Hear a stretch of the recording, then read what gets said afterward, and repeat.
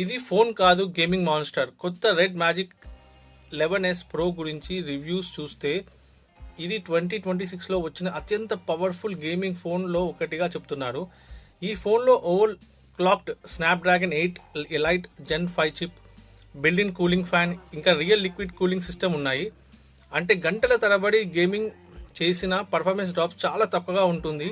అంతేకాదు 7500 mAh భారీ battery, 144Hz omelette display, gaming triggering button కూడా ఉన్నాయి.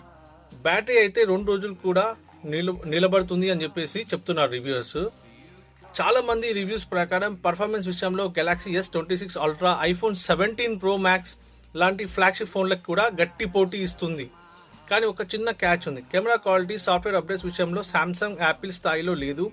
ఇది కెమెరా లవర్స్ కోసం కాదు, హార్డ్ కోర్ గేమర్స్ కోసం తయారైన ఫోన్ అని చెప్తున్నారు. అంటే ఒక్క మాటలో చెప్పాలంటే గేమింగ్ కోసం ఫోన్ కొంటున్నారా? అయితే రెడ్ మ్యాజిక్ 11s ప్రో ప్రస్తుతం బీస్ట్ మోడ్లో ఉందని చెప్తున్నారు. మీరు కొనరా? జస్ట్ కమెంట్ చేయండి, మీకు నచ్చిందా నచ్చలేదా.